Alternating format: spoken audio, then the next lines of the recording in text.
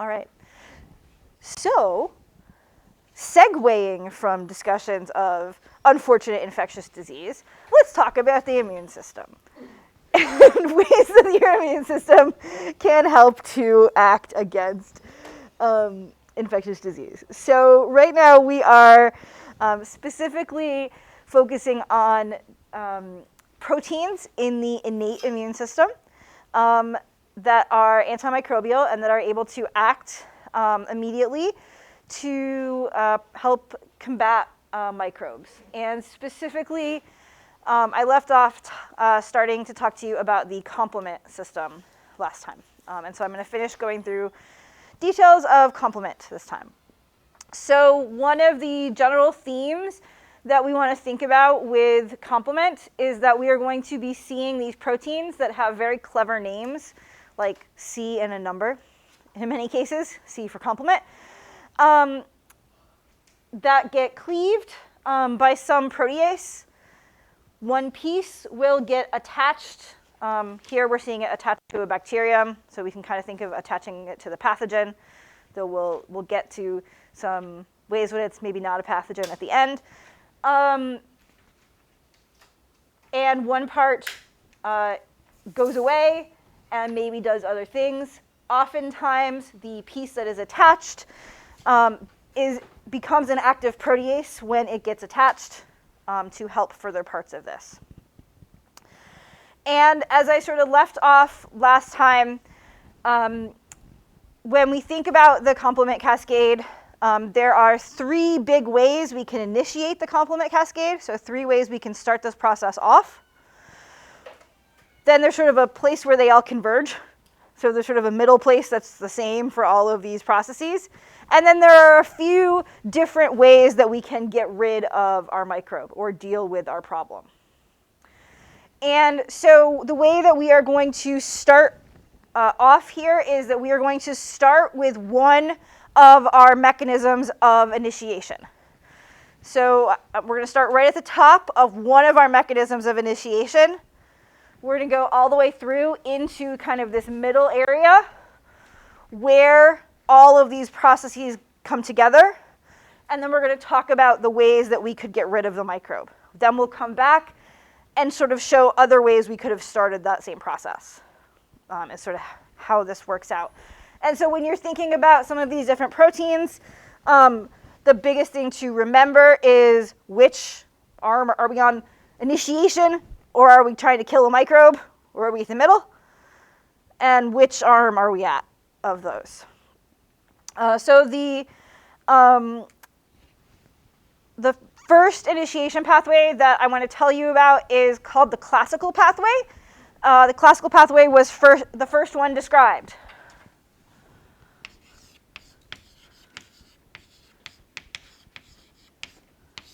And one of the key, or really sort of the key feature of the classical pathway is that it is initiated when an antibody binds to the surface of a pathogen.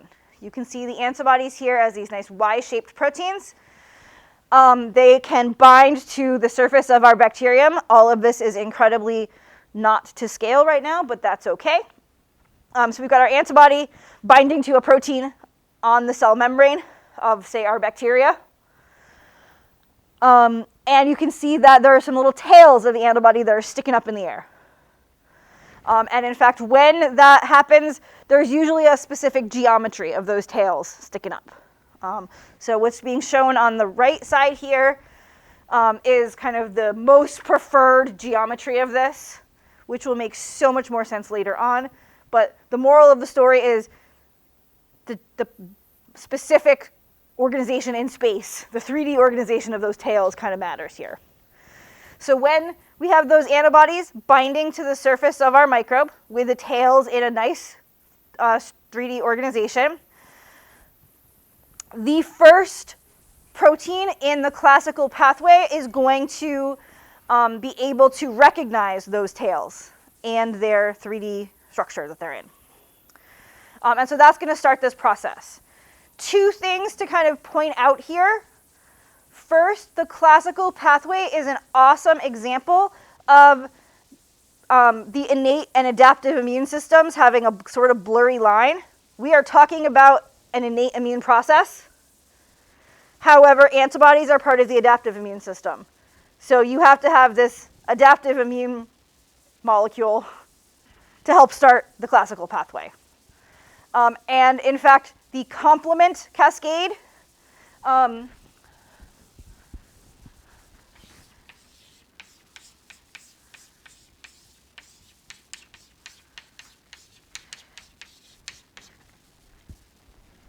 thing you learn when you're an immunologist, there's a bunch of weird words you have to learn some weird things about, one of which is that there are two ways to spell the word complement.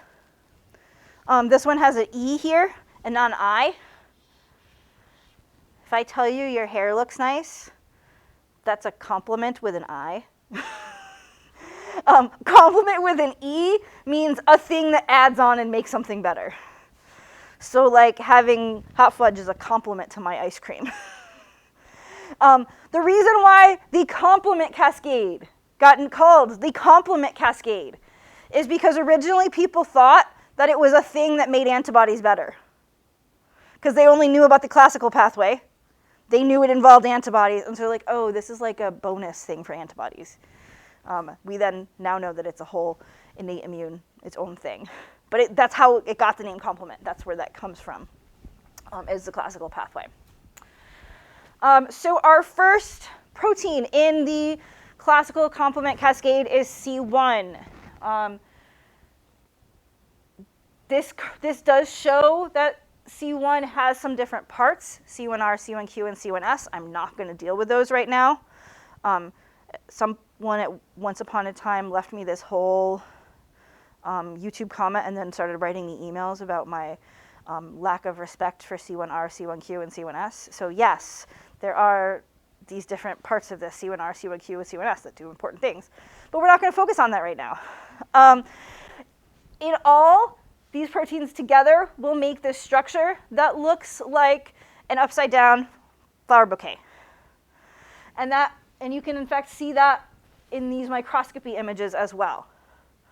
When all three of these guys come together, make the flower bouquet,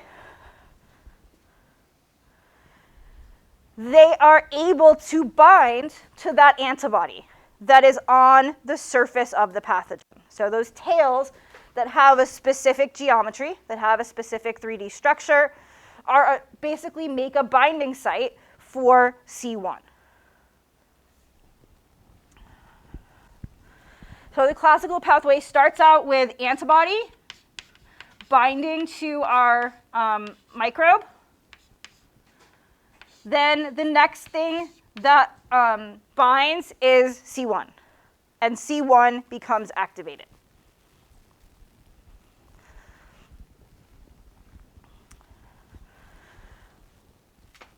When C1 is activated, it can act as a protease. And it will be able to cleave the next thing in the line, the next part of this process. So basically, when this binding happens, we've now made a protease so that we can cleave the next thing. The way I remember the classical pathway is that immunologists are clearly bad at counting. Because you'd love it if the thing that came after C1 was C2. But it's not. In fact, when we have C1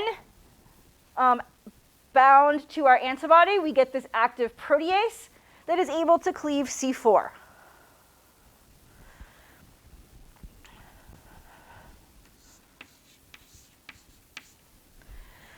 So C4 is cleaved into two pieces, a big one and a small one. They're listed here as C4A and C4B. I don't really care that you know about which one's A and which one's B in the case of C4. But basically, we get C4 cleaved. Part of C4 gets attached to the surface of the microbe. Part of it goes away, and we never care about it again. When C4 is cleaved and attached to a microbe, it gains a function. And that function is that it now is an active protease. And so it can cut the next thing in the line. The next thing in the line in the classical pathway is C2. So again, we just don't know where 4 goes. 4 just goes in the wrong spot of counting. And so you can see that C4 can act on C2. Same general idea. We get cleavage. Part of C2 goes away, never to be seen again. Part of C2 stays and is stuck in that same location. And so now we have a piece of C4 and a piece of C2 together on the surface of the microbe. For reasons that I don't entirely love/understand, different textbooks actually call the parts of C2, which one's A and which one's B, differently. That's why I'm not touching it for C4 and C. Like, there are first 3 and 5, the A versus B matters. For 4 and 2, we do not care. So you can see kind of this general process. Sometimes when we have this molecule that includes a part of C4 and a part of C2 attached to the surface of the cell, we refer to this as a C3 convertase. That sounds, terribly fancy. It's not terribly fancy. C3 convertase means it's the protease that cleaves C3. It means it's the protease that can convert C3, or the thing that can convert C3. So this should give you a hint at what the next step's going to be after we've had C1, C4, C2. So based on what you see here, what do you think the function of this C4, C2 thing is? Yeah, Sydney? To cleave C3. It's going to act as a protease, just like you've seen at every other step. And it's going to cleave the next member of this process, C3. So again, you can see we're just really bad at counting with 4. And you can see this exact same thing happening here. So C3 gets cleaved into C3a and C3b. C3a is the small part. Well, it's actually going to do something interesting later. So C3a will come back. We'll care about it eventually. C3b just gets attached in that same spot where we just have been attaching stuff. So now we've got this fragment of C3 added on to all of this attaching, where we're attaching things.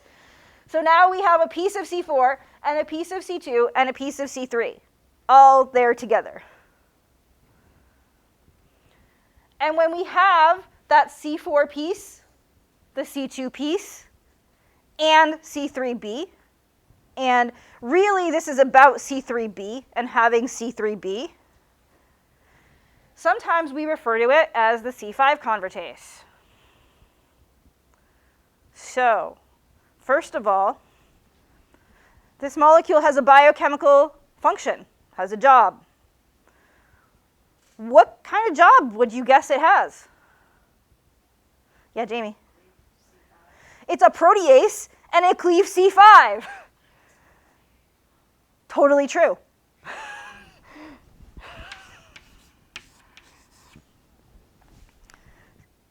So again, people get very freaked out by the complement cascade.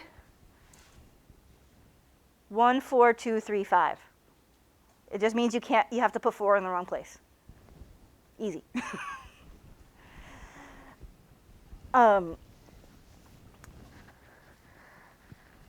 And so just as you had guessed, this piece that contained a piece of C4, a piece of C2, and a piece of C3 is able to convert C5. So we cleave C5 into two pieces, a small one, C5a, which is going to have a fun job later, and C5b. And C5b also gets just added on to that mix of where we're attaching stuff.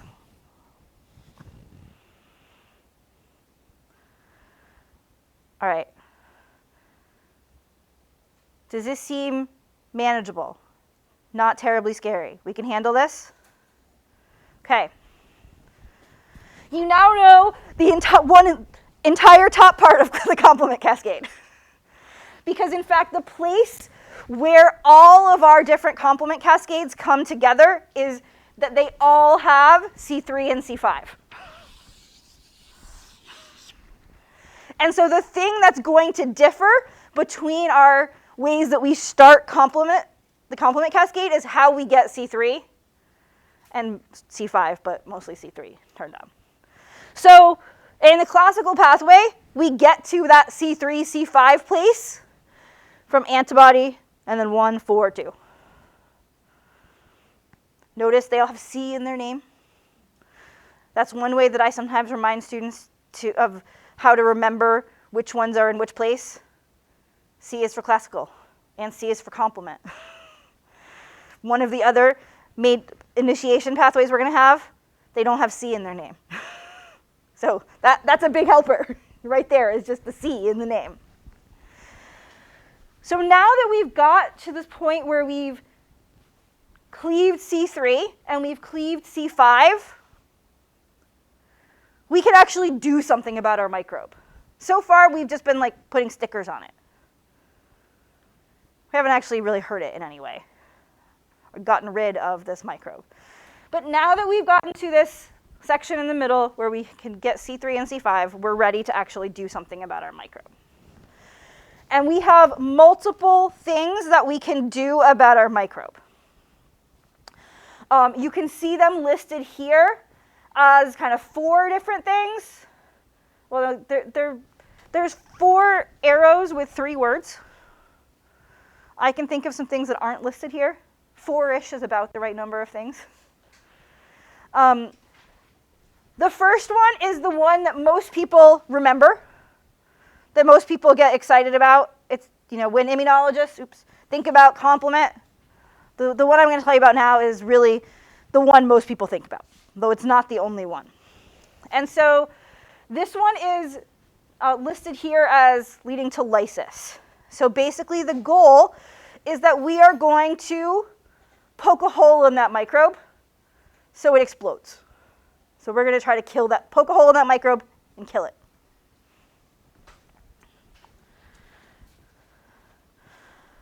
The way that we do this is that C5 can now interact with a whole bunch of additional proteins. Because we're not very creative, we call them C6, C7, C8, and C9. And in general, most immunologists don't spend a ton of time separating those guys, though C9 is the one that actually makes the pore. So we basically get all of these C6, C7, C8, C9 to come around. We get a whole bunch of C9s, and they jam into the membrane of the microbe, and they make a hole. They make a pore that looks like this. If you actually look at a microbe from an electron microscopy image from the side, you can actually see there's like a cylinder in the wall of the microbe that is this pore that has been shoved into the wall of the microbe. So that's the complement, lots of copies of C9. You can also see if you look down at the microbe, it has a bunch of holes in it. And so these are what the holes look like if you actually look down at that microbe, how many holes we've packed in. And in the end result, this is what the microbe looks like. It's a very technical drawing. We got holes in the wall of that microbe, and that microbe is going to undergo osmotic lysis. So sometimes people refer to this as this pathway of lysis or a lytic pathway. The official name of all of these C6, C7, C8, C9 coming together is the membrane attack complex, or the MAC. So one thing we can do is we can form a membrane attack complex, and we can just destroy our microbe. Seems pretty effective in terms of ways that we could get rid of the microbe.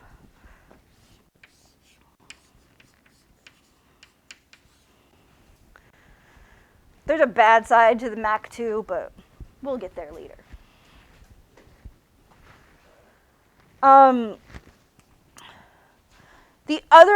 The second major piece of this has to do with two of our friends who we saw a little bit ago, C3A and C5A, the small piece of C3 and the small piece of C5. The ones I said, they go away, but we're going to care about them later.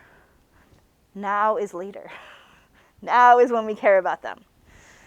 Those two proteins actually have receptors on the surface of other white blood cells.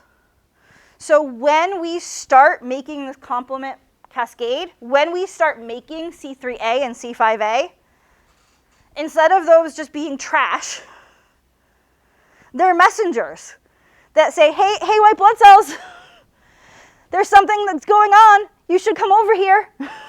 You should be active. And so those two pieces, C3A and C5A, bind to their receptors, cleverly called the C3A receptor or the C5A receptor, and they actually induce signaling. And this will lead to some of the cells of the innate immune system becoming active through the process called inflammation. So this is actually going to turn on inflammation. So this different cells will act in slightly different ways. You'll see that chemotaxis is pretty common. So the cells are going to come to the area to do something.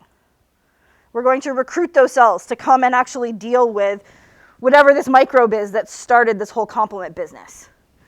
We can also see things like phagocytosis and oxidative burst and degranulation depending on the cell type. So the idea is we're going to activate all of the cells of the innate immune system so that they can pitch in to dealing with this problem. If you have way too much of this signaling, it can lead to something called anaphylactic shock. There are lots of things that lead to anaphylactic shock. And so once upon a time, somebody decided these proteins must be the cause of anaphylactic shock. They're only one of many, and they called them the anaphylatoxins.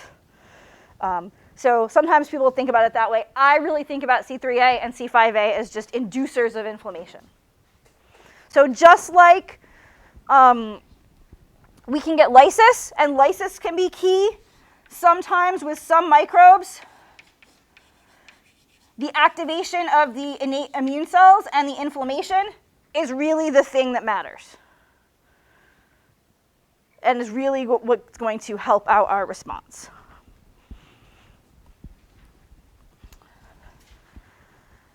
And then we have the sort of third one, the big third one. The big third one always makes me laugh. And the reason why is that I'm going to be teaching you a vocabulary word on this next slide.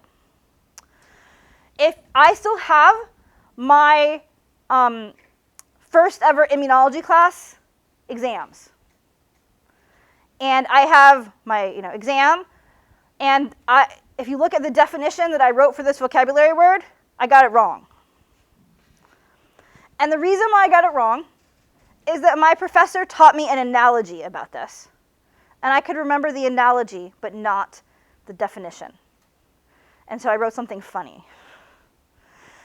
I still think that analogy is the best way to explain this, but don't write it on your exam. So I always worry when I tell it to you about the possible answers. So let's imagine, for example, that you think about some popcorn. You have some popcorn. You might eat the popcorn if you have it in front of you. But then you can imagine what might happen if you took that popcorn and you drizzled a whole bunch of butter all over it. That popcorn, by getting coated with butter, is now more likely to get eaten. You've put a coating on it that makes it sort of more appetizing, more likely to be eaten. Yes? So the process that happens here that complement is able to do is called opsonization. Opsonization means that we have a coating put on our microbe. In this case, the coating is complement proteins. Remember how we were sticking all those complement proteins to our microbe? Now the microbe has a coating. Not as great as butter, in my opinion, but that's okay. Just like butter, however, this means that the microbe is more likely to get eaten. There are receptors on the surface of some cells, some phagocytic cells, that bind to those complement proteins. So we have receptors on the surface of phagocytic cells that can recognize that complement protein that has been deposited. And that induces that phagocytic cell to do phagocytosis. So it makes this bacteria more likely to get phagocytosed. And then the bacteria can be phagocytosed and destroyed inside of that microbe. And so opsonization means that we are coating a microbe with something to make it more likely to get phagocytosed, to enhance its phagocytosis, improve its phagocytosis. So really, you put a coating on something and make it more likely to get eaten. It looks more tasty. And it's just like butter. But if I ask you to define opsonization, my entire definition on that exam is butter, is the definition of opsonization. So I would recommend not writing butter for your definition. But hopefully butter helps you understand opsonization. And so opsonization is the third big way that complement can help us get rid of microbes. Because it can put a coating on a bacteria and say, please eat this, to our white blood cells.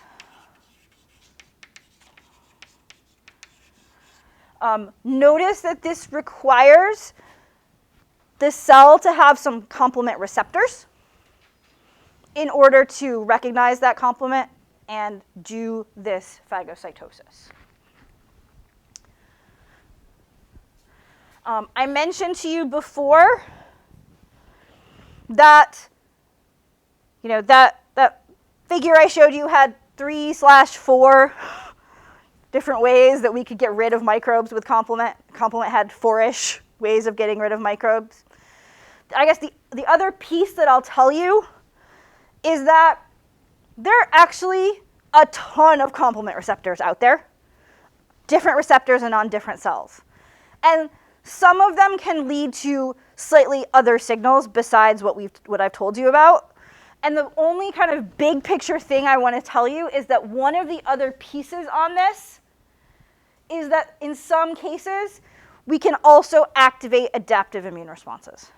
And so there are complement receptors on some of our adaptive immune cells. The cells we've seen so far have been innate. And so we can also enhance an adaptive immune response because of complement being put onto cells. And so we can also see enhanced adaptive immunity.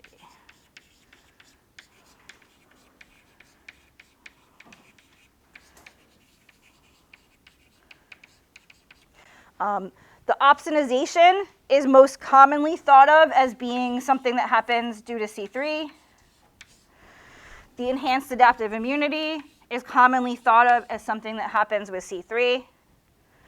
The inflammation is commonly thought of as something that happens with C3a and C5a. And the lysis is commonly thought of as happening with C6 to C9. So that's how a bunch of proteins that just get cleaved and a bunch of proteases can actually get rid of microbes for you. You can see that we do need some collaboration in some cases with other cells, though not always. The MAC can happen all by itself. Doesn't need any other cells to do much. And this is really kind of the basic idea of what's going on with some of these major complement cascades. And so at this point, you've basically seen the details of what's going on with complement. Though this figure kind of makes it all look a little more complicated. The classical pathway, as I've shown you, requires an antibody to start things off. That's cool for me, because I'm a vertebrate, and I have antibodies. There are some organisms that don't have antibody responses. There are also some situations where you don't have antibodies in response to a pathogen. And so we have two other ways that we can start the complement cascade besides the classical pathway.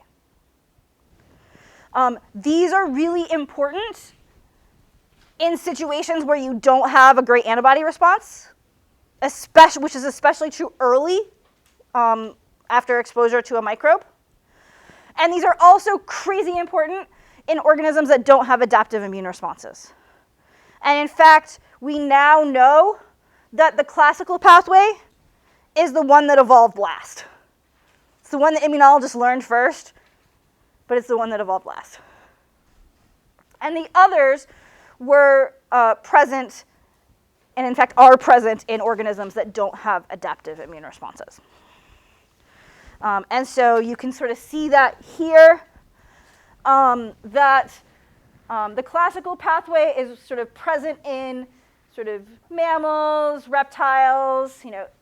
It's sort of really starts to be present in some of these later organisms. But some of these other pathways, the other two that I'm going to tell you about, the lectin and the alternative pathway, are actually present much more broadly in many different types of organisms, and in fact evolved first. So, does this seem like manageable, what we've got on the board right now? Okay, this seems manageable. We can handle the complement cascade, because the other stuff's mostly easy compared to this. So the next type of initiation process of the complement cascade that I want to tell you about is sometimes known as the Mannose-binding lectin pathway, or MBL, which stands for Mannose-binding lectin. There are also times where people call it the lectin pathway. And so in order to fully understand what's going on here, we're going to talk about the word lectin. So lectin is a general biochemistry term. There are lots of situations where there are lectins in the world. So have any of you guys ever heard of a lectin? Or know what lectins are? Okay, so lectins are proteins that bind to carbohydrates.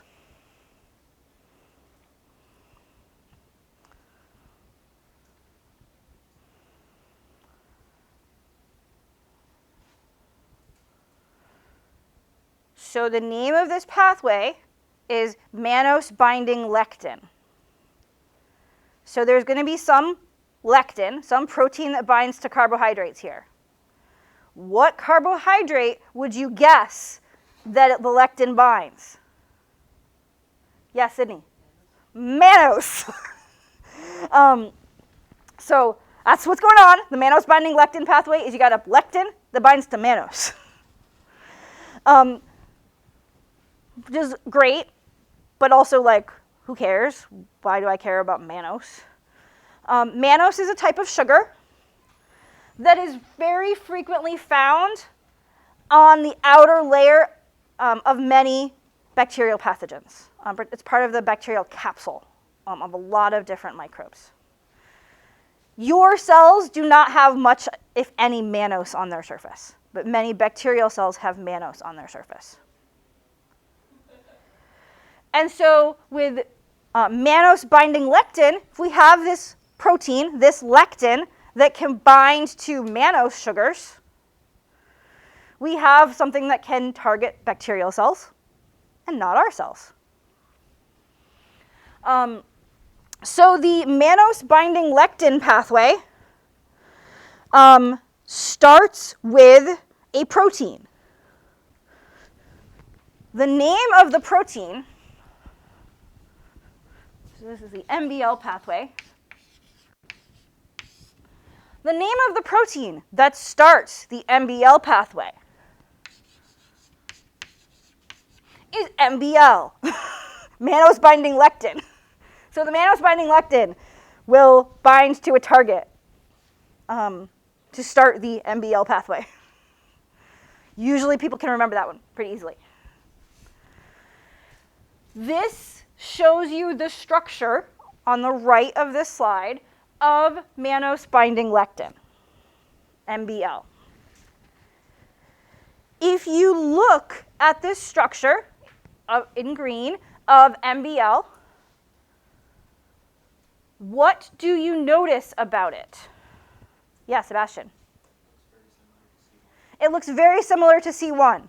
And in fact, structurally, it is extraordinarily similar to C1. It looks almost identical to C1 in a lot of ways. It's just binding to mannoses instead of binding to antibodies.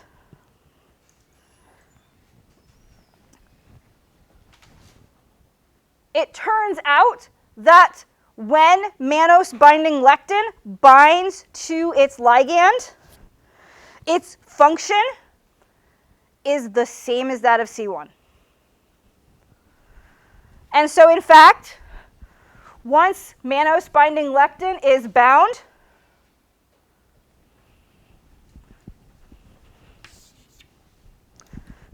it cleaves C4, which cleaves C2, which does exactly the same as everything you already learned. So if you could remember this general idea of the classical pathway, the MBL pathway has one protein that's different. So it doesn't have C1, it has MBL instead. But then otherwise, it's identical to the classical pathway. So not too complicated to add that piece on to remember. And then there's the other one. And this is where our life gets complicated.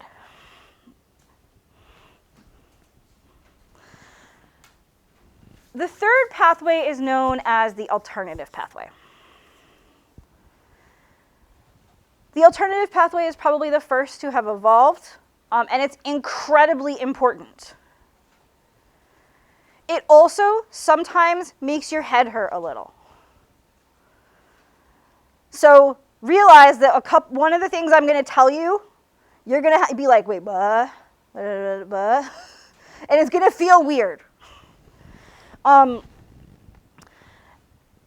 I'm going to give you a big picture view of the weirdness right now, because it's a theme that we are going to see over and over and over throughout this semester. There are many things that are great about the immune system.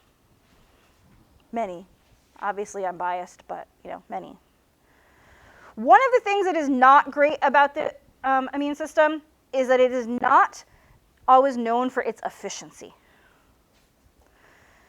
There are lots of proteins that are made and then thrown away in the immune system. There are lots of things where I'm going to tell you we make this and then we get rid of it. We make this and we waste it. We make this and we throw it out. And it's going to sound really ridiculous as I tell you some of these things. You're like, do you know how much work we spent in translation in Bio 250 making that protein, and now you're going to throw it away? But in fact, evolutionarily, this is a really important strategy. Because what it means is you always have tons of immune proteins ready in the event there is some microbe. And so making sure you have a strong layer of defense, and in fact, as you'll see, a defense that is ridiculously fast, is actually more important than the ATPs you wasted. Because if you let a microbe in, you're going to die. And not only are you going to die, you're probably going to die as a 1-year-old or lower, which is going to mean that all of your parents' ATPs of having you are also wasted. So evolutionarily, having some of these inefficient processes is actually really good because it gives you such a strong web of defense. But there are many times throughout the semester, and this pathway I'm going to show you is the first example, where we're going to do something that's going to seem ridiculous in how inefficient and wasteful it is. So like, yep, you're right. You're going to hear it and you're going to be like, excuse me, what? But it is actually the best way of looking at making such a system. The alternative pathway is also really important because when either of the other two pathways are engaged, they also can kickstart the alternative pathway, and it can actually further amplify. So if you had one antibody, you don't get one membrane attack complex. When you actually get to this amplification loop, you turn on alternative pathway, and so maybe one antibody gives you 100 membrane attack complexes because you've been able to kind of multiply things in this step. And I'll show you another slide that shows that kind of at the end here. So this is the key thing to know with the alternative pathway. The alternative pathway focuses on this protein, C3. We've seen C3 before. We know that C3 is really important. We know that C3 is involved in both the classical and MBL pathways. C3, like every protein, has a whole bunch of atoms in it coming together to make up that protein. And in the C3 molecule, there is a stretch that looks like this, where there's a sulfur bound to a carbon that has a double bonded oxygen. That's called a thioester bond. And the thioester bond is very, very strained in C3. It is at a weird angle, and it's under a lot of stress.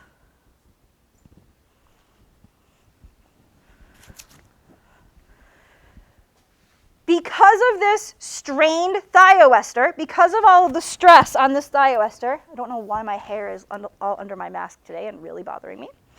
Because of the strained thioester, sometimes C3 just breaks. It doesn't need a protease to break it. It just breaks on its own because it is so strained at this one thioester. So right now, as you are sitting here, a C3 broke.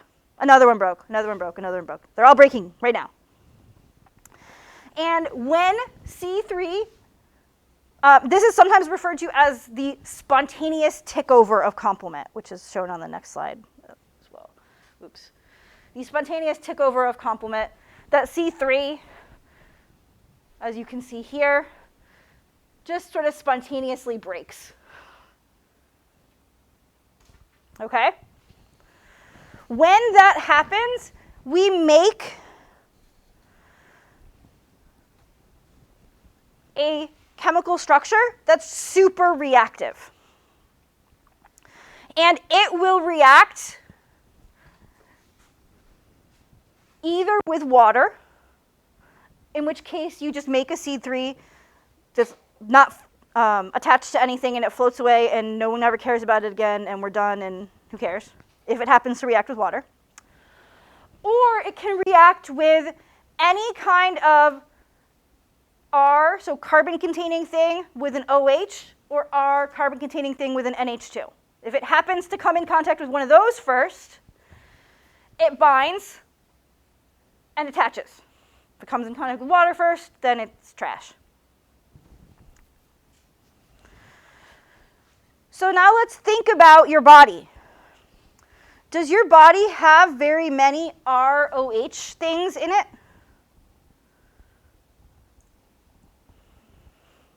Is it likely that this protein is ever going to come in contact with an ROH? What do you think, Jamie? Yes. What contains ROHs? Yeah. Amino acids, carbohydrates, nucleic acids, all biological molecules. RNH2, also all biological molecules. So in fact, it's pretty likely that the bottom one's going to happen. If there is another cell or another protein or another anything nearby, that C3 is going to get attached to it. So basically right now in your body, C3 is breaking and just attaching to stuff. Just attaching to whatever is closest by all the time. And so you can see that happening here. You can also see this happening here. This is just the same view from a different textbook. We have our C3 spontaneously breaking and binding to, say, a microbe surface. And so we have C3 on that microbe. You can also see sometimes, yes, we can get our inactive C3b, but we're really just thinking about what happens if it goes on the microbe surface. So this is so good, it takes seconds. There's a microbe, C3 is going to get stuck to it almost immediately. That's awesome. So if we need to defend against microbes with a fast response, just having this breaking C3 is amazing because it can attach to those microbes right away and be so fast. We don't have to have any other kind of like immune responses. No cells have to be activated. Nothing has to recognize this. Just bang. We're attaching C3 to that microbe. And when that C3 is attached to the microbe, it can activate some other proteins.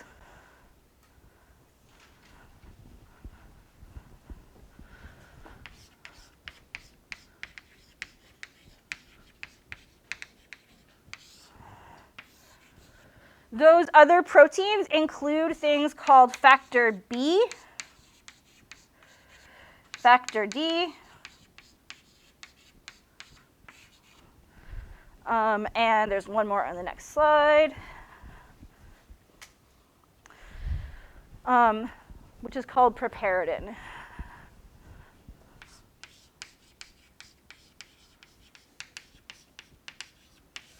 And all these guys together make more C3 and more C5. So basically it's like a little loop that keeps giving us feedback and keeps amplifying. Once you have some C3, you get more C3. It actually doesn't matter where that C3 came from. So you can do the classical pathway. You'll make some C3 and you might lyse some stuff, but you'll also start this little loop. So any way you get some C3, you get this loop going on. Notice the names of these proteins are not C in a number. So when I try to memorize this pathway, I remember the alternative ones are the ones that have the alternative names. So that's what we got to remember here in terms of how this is working out. I think I know where your question's going. But just give me one more second and then we'll get there.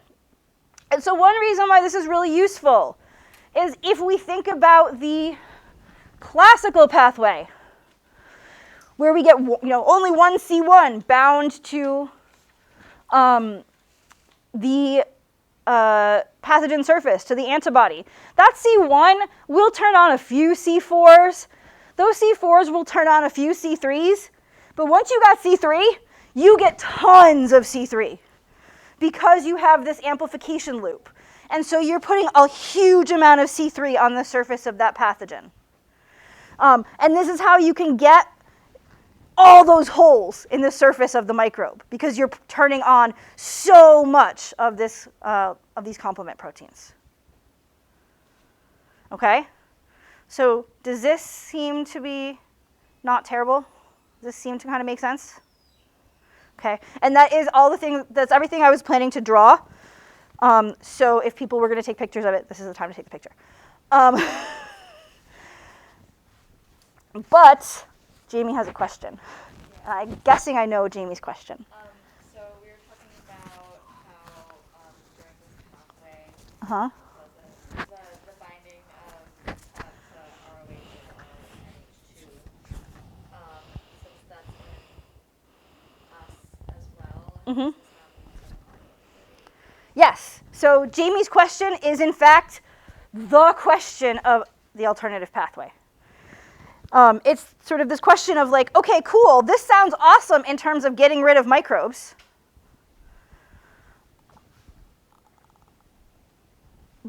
But how the heck do we not kill all our cells? Because just like we're constantly attaching C3 onto microbial cells really quickly, And evolutionarily, this is great because it lets us respond to those microbes so fast. From what I've told you, we also should be attaching C3 to all of our cells all the time. And I don't know if you know this might be pushing it this week, but we're all still intact. You have not lysed, right? So clearly, there's an issue here. There's something else going on. And that is, in fact, true. So it turns out that the way that this works, and so this issue is why people are like, the alternative pathway is wacky. Because they're like, wait a minute, it just attaches to everything? Like even all my stuff's things? And in fact, yes, it does. That is how it works. The way that your immune system deals with this problem is that all of your cells are covered with complement inhibitors. So there are complement inhibitors that inhibit every single protein up here. There are inhibitors of C1. There are inhibitors of C4. There are inhibitors of C2. There are inhibitors of C5. There are inhibitors of C3. There are inhibitors of factor F. There are inhibitors of factor D. There are inhibitors of piperidin. There's inhibitors of 6, 7, 8, 9. All the inhibitors that are constantly active on your cells to inhibit complement. So basically, complement is attaching to your cells right now, and your cell brushes it off. And then it attaches to your cell, and your cell inhibits it. And it attaches to your cell, and your cell inhibits it. And so all of these inhibitors, so here you can see an inhibitor that's inhibiting C3. Here's another inhibitor that's getting factor B. This is one of my favorites. CD59 actually inhibits so you can't make membrane attack complexes on your cells. So it basically just gets rid of the membrane attack complex if it starts to form. And so your cells are constantly stopping complement cascades on their surface, while microbial cells don't have this ability to inhibit, and so they are able to be damaged.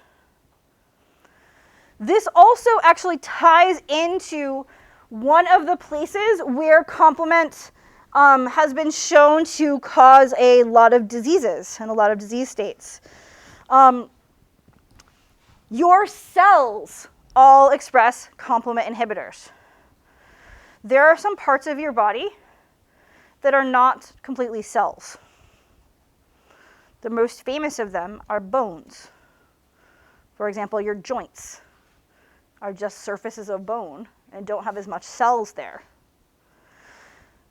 As a result, complement can deposit on that bone surface and not be inhibited because we don't have cells. And so, in fact, complement has been shown to play a major role in all types of arthritis because you're getting complement deposition on the joint surface. There are no cells there to inhibit the process, and so you start to get actual wearing away of that bone surface because of this constant complement deposition.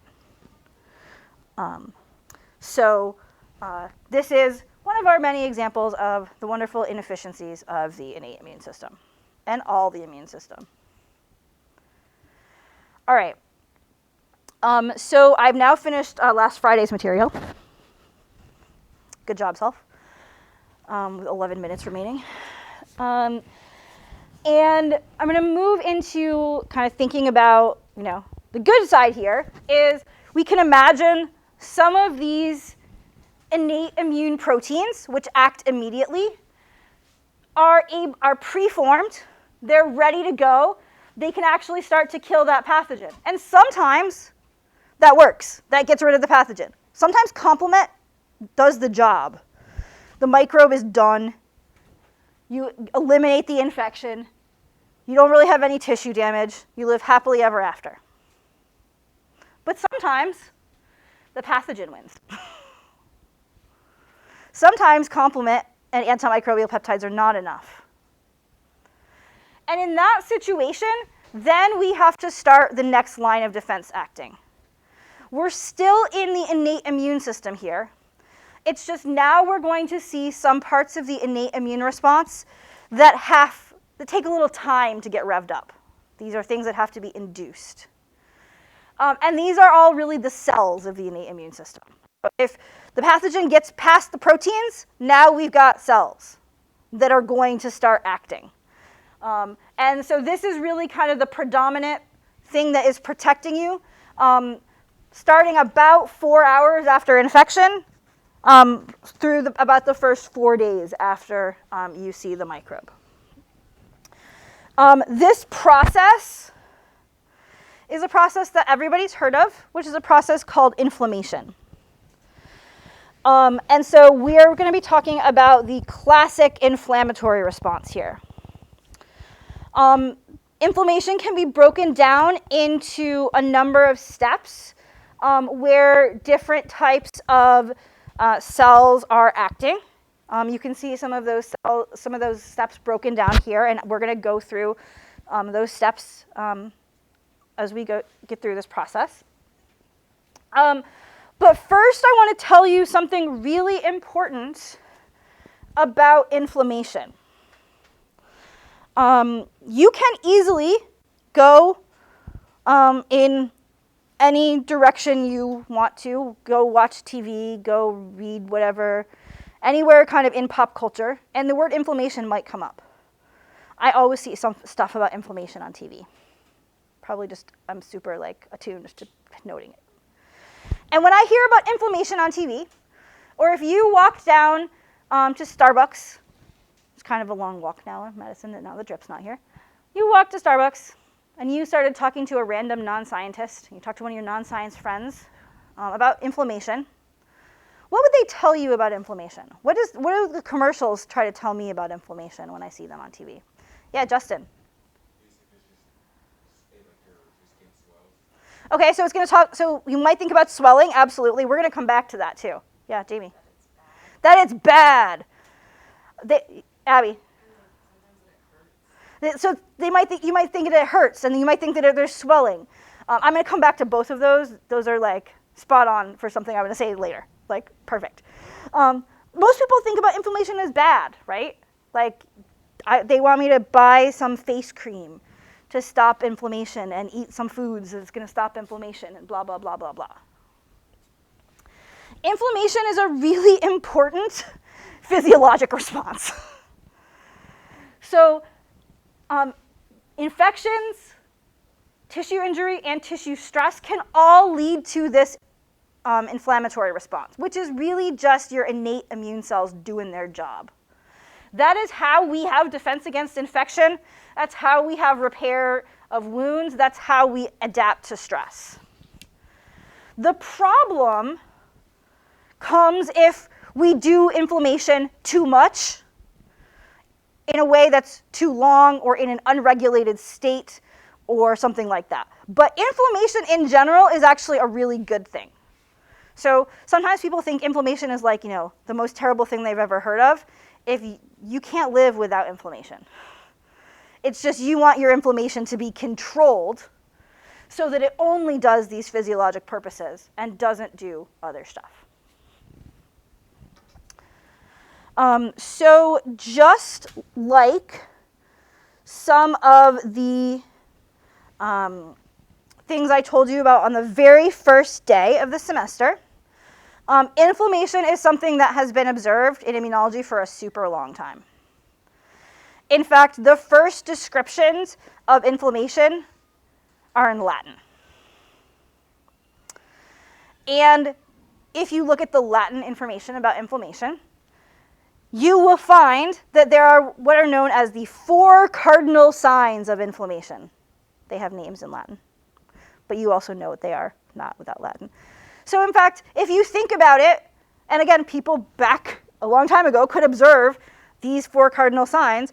What are the 4 cardinal signs of inflammation? Justin? Swelling. Abby? Pain. Aaron? Temperature. Heat. Yep. And redness. So we've got the 4 of swelling, pain, heat, and redness. And if I do them in that order, it's tumor, swelling, dolor is pain, heat is calor, redness is rubor. And so those 4 cardinal signs of inflammation are very much what we see when we see inflammation happening. All 4 of those can be traced directly to the events that are happening in this diagram.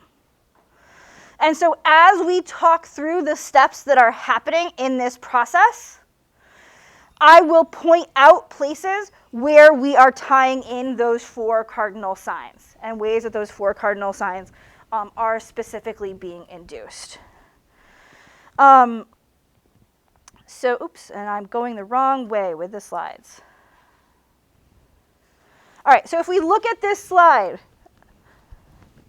shows us that the first step is that we have some kind of tissue damage and that bacteria come to the area. They're pretty simple to imagine.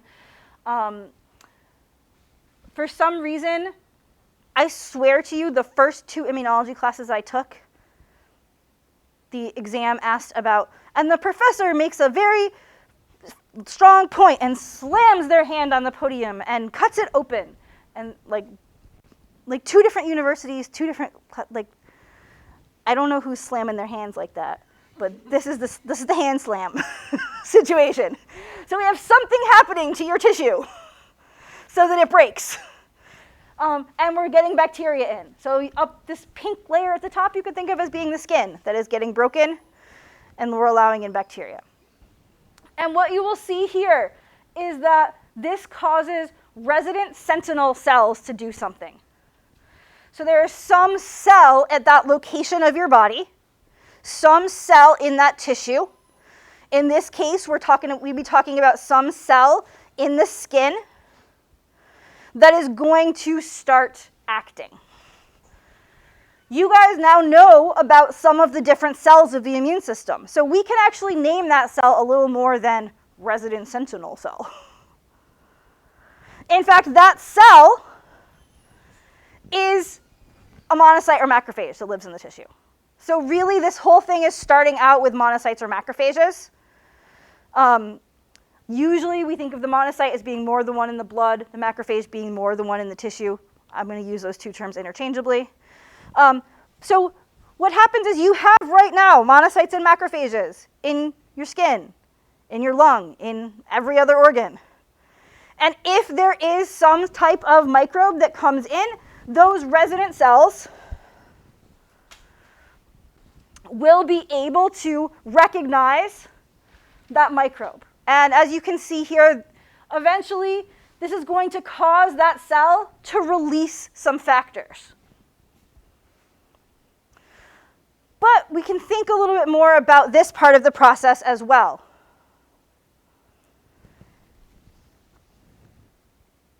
This resident cell, this monocyte, this macrophage, doesn't have eyes. So how the heck does it know that there's a bacteria now? That it's time to start producing these mediators. And so we can actually zoom in a little bit more on what's going on in that box and how that macrophage knows that bacteria is present. And so our macrophage is going to have the ability to do something called self-non-self recognition. So that macrophage will have many receptors on its surface that can recognize foreign stuff. And so what I want you to notice here is that bacteria will have some different molecules on their surface. Also true that some of them are inside, some of them are all sorts of places that are different than our cells. And those monocytes and macrophages have lots of receptors. And you can see it's not just one receptor, it's a whole bunch of different types of receptors. And so you can, again, see those receptors here. These receptors are known as PRRs, or pattern recognition receptors.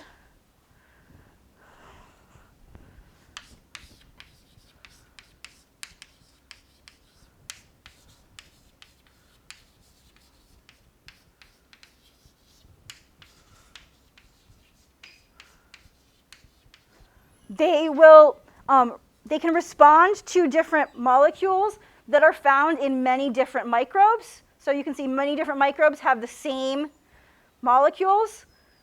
All can be recognized by this macrophage. And the macrophage has many of these receptors. And so this will allow the macrophage to recognize this microbe in order to start a response. And exactly what happened, more details about these receptors, the pattern recognition receptors, sort of what's up with them, why they're important, and how they work, as well as the rest of the steps of this process will be things we talk about on Friday. The lab handout for tomorrow is posted.